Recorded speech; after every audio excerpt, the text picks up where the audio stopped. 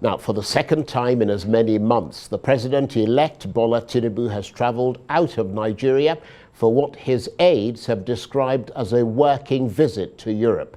A statement said he would be meeting investors as part of efforts to re-establish Nigeria's importance in the global economic chain and to create empowering opportunities for this country's huge youth population. But his critics say it's a cover for a medical trip abroad to see his doctors for aftercare treatment after reportedly falling ill in late March, for which he travelled abroad at the time. So who do we believe? Well, for more on this, I'm joined now in the studio by a member of the APC's Presidential Campaign Media Directorate, Niyi Akinsiju. Thank you very much indeed for coming in. It's a pleasure and a privilege at the same time, Charles. Thanks so much. Well, it's a privilege to have you here. Thanks so much. So Mr. Tinubu jets off again, ostensibly to woo foreign investors. Tell us more about why he's travelled again for the second time in as many months. Yeah, I think I also have to call you back. It's not ostensibly. It's a statement clearly made in the public space that it was going out to engage foreign investors and, of course, other forms of businesses that may be interested in Nigeria. This is coming against the background of the fact that as we are and going forward, the Nigerian state needs a lot of infusion of capital.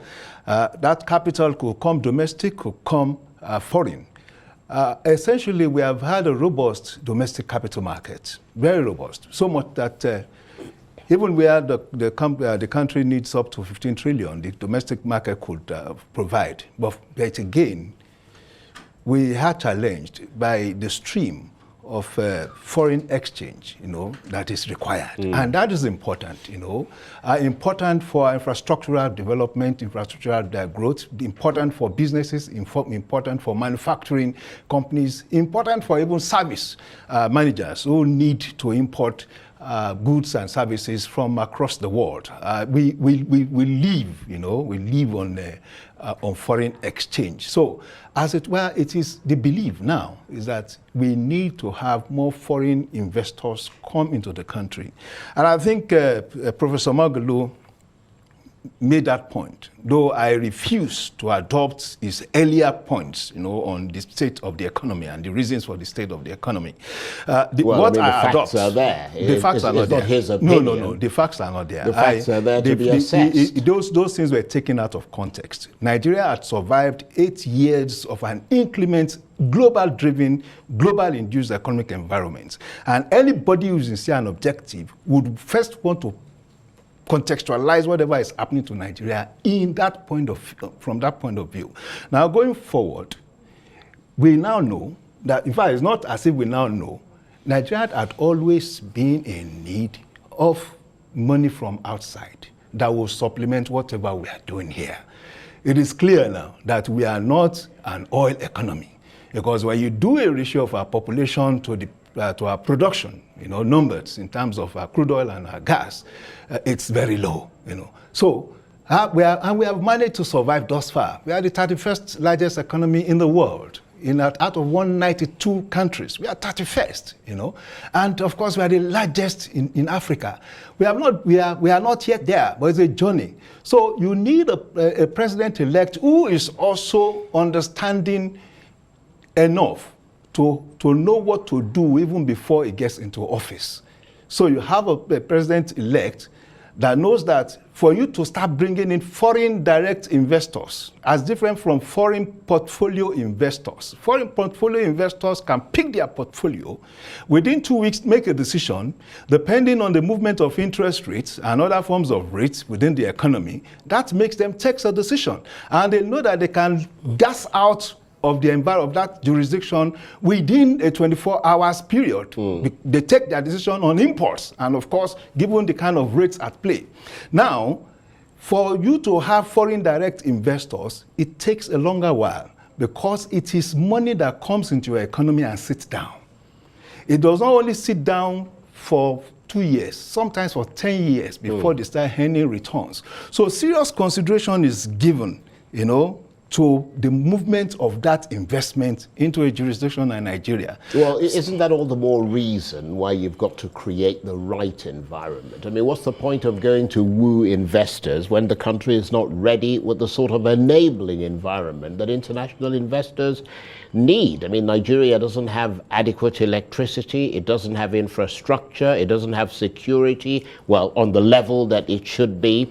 Foreign exchange is desperately scarce. Doesn't he need to sort out Nigeria's investment climate first and make it more attractive before he goes courting investors abroad? Just like I told you, Nigeria is the 31st largest economy in Africa, in the world. And it does mean that there are foreign investors coming in, but not in the numbers we want. Well, we have the foreign investment is a trickle compared to what Nigeria should be having. We have challenges. Yeah. Historical challenges of electricity, historical challenges of roads, historical challenges of social infrastructure, that it is now said that we need $100 billion investment every year to be able to bridge that gap over the next 30 years. So which means we are talking of, to bridge that gap, we need $30 billion, over the next 30, $300 billion over the next, I'm saying $3 trillion, over the next 30 years to bridge the gap. Well, you've portrayed Mr. Tinubu as a magic worker. I mean, he's got a Harry Potter wand, so I presume he's going to wave a wand and that money is going to come in. Thankfully, he understands the challenges, and that is why he's setting out early enough. So if you are questioning why he's setting out, we need to also clarify the fact he understands the challenges.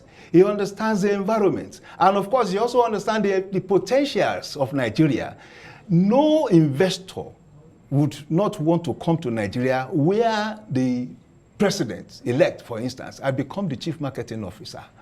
And it's exciting to know that at this time, see, if he had done this... So the APC has failed to do that in the last 8 years. That's why foreign direct investment has become a trickle. No, it's a global thing. If you had done this in 2020 or 2021, nobody would have come, and that was why you've been in office since 2015. Foreign investments in Nigeria in 2019 was up to 25 billion. Well, that's not the information that we've got. Get to go and check it, please. Yeah, I have checked in 2021, it fell to as low as 5 billion. Not foreign, I said foreign investment. That is inclusive of foreign portfolio and, of course, foreign direct investment. Okay? Well, let's move away from sort of pedantic arguments about this and that, because the facts are there for all to see. You see, when you are talking about the facts, let's put it on the table. I just told you what are foreign direct investment, inclusive of foreign portfolio investment, was in 2019, and what happened to it in 2020 because of the COVID pandemic. And of course, the fallout of the Russia-Ukraine war engagement and all that. That, in so many ways, affected the channels of stream of foreign exchange. Well, the fact is that foreign direct investment in Nigeria has been falling consecutively year after year since 2015. That's a fact. Let me say this. I have a contrary fact. Well, I mean, I have a contrary fact. That's why I said your time is ticking away, and if you want to spend time arguing about that, we can go on. But there are other issues here. Yes, please. Okay, let's continue. And I'm sure you know there are widely circulating reports suggesting that this so-called working visit to Europe by Mr. Tinubu is just a cover for a medical trip. Those reports suggest that he fell ill in March and had to go for treatment, and now he's gone for aftercare to make sure he can withstand the rigors of the inauguration and its aftermath. What's your response to that? This is a more pedantic position because it has no root in facts. It has no root in logic. Well, it's not about logic.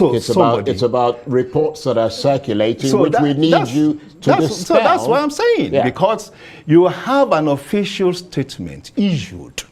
If you are going to make a contrary position, you also need to bring out facts, clear facts, to say, okay, you have access to a doctor's report that is indicating that this person had fallen ill and was going to go for an aftercare, something, whatever.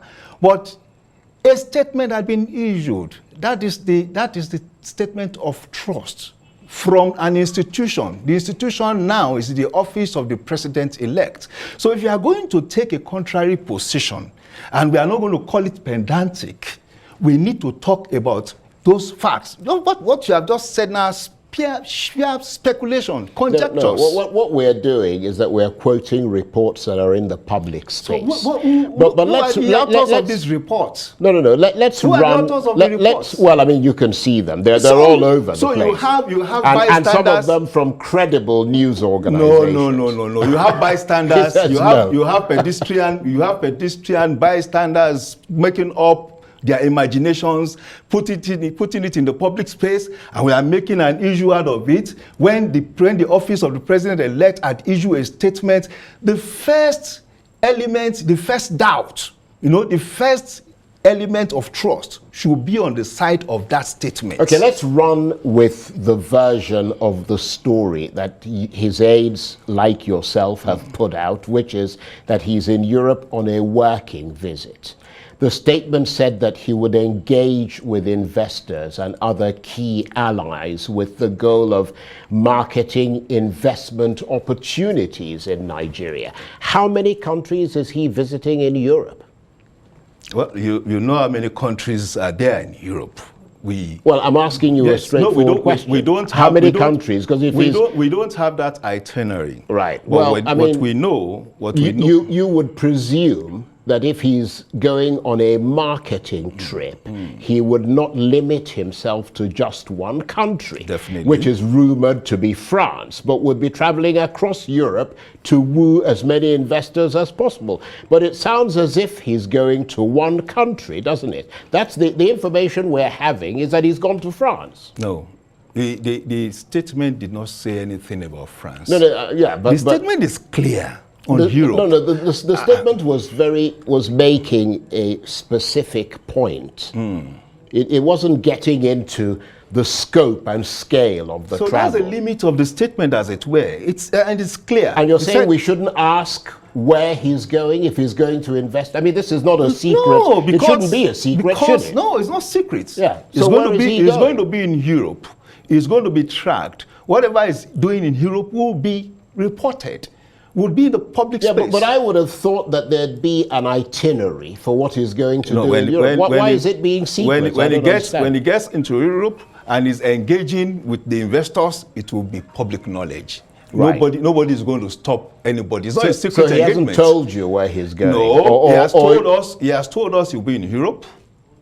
He has told us that he's going to engage investors in Europe. Yeah, but where is he now? And he will be engaging investors in Europe, and of course, those engagements will be reported in Nigeria. Yeah, but where is he now? At this time, it's not my place to say. Well, why not? He's the president-elect. Why shouldn't we know? We know where President Buhari is. Why shouldn't we know where he is? We know he's in Europe at this time. But he's in a mysterious place in Europe. There's no mystery about it. Yeah. Whatever he's doing, it is not as if when he's in a room, you are going to, light him up with your camera and all that. But as at this moment, we know that he's in Europe.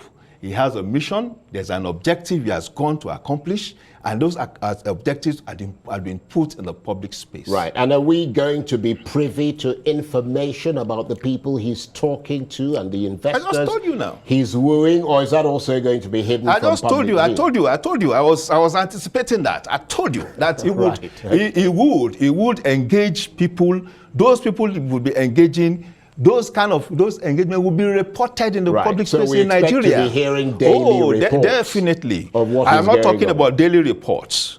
I'm not talking about daily reports, but whatever he's doing will be reported in the public space. I'm not talking about daily reports. But you do understand, and we're not trying to be antagonistic. We're just trying to get information which ought to be in the public space. Of course, yeah. I mean, if he's returning to the same France, which he is rumored to be returning to, The same France he went to in March when there were all these stories about his being ill and so on. You can see why people are more likely to believe that he's returning to his doctors than that he's going back there to woo investors, when you would have thought that he'd be traveling across Europe. See, Charles, you've been talking about rumors. Well, I'm asking you. Seriously, I'm asking you a question. For me, and I know, I'm trying to. I know you are a communication expert. But we're trying to dispel those rumors. No, the rumors in the first instance are of no substance. So, and of course, I was talking to you about logic. The basis of conjecture, when it moves beyond rumor, is to start stringing what your imagination could be about something. Now, so people are saying, some people, not all people, some people are saying, oh no, he's going visiting his doctor after visit in France and all that.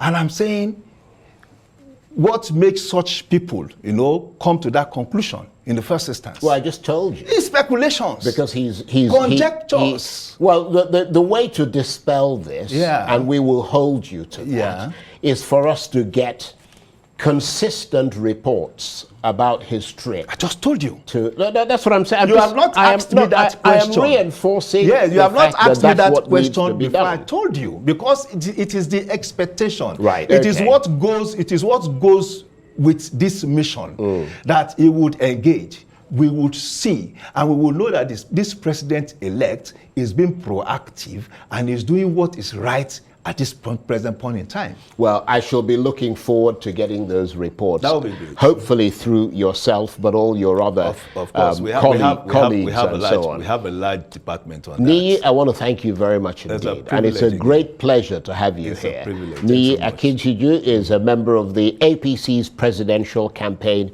Media Directorate. Thank you very much indeed.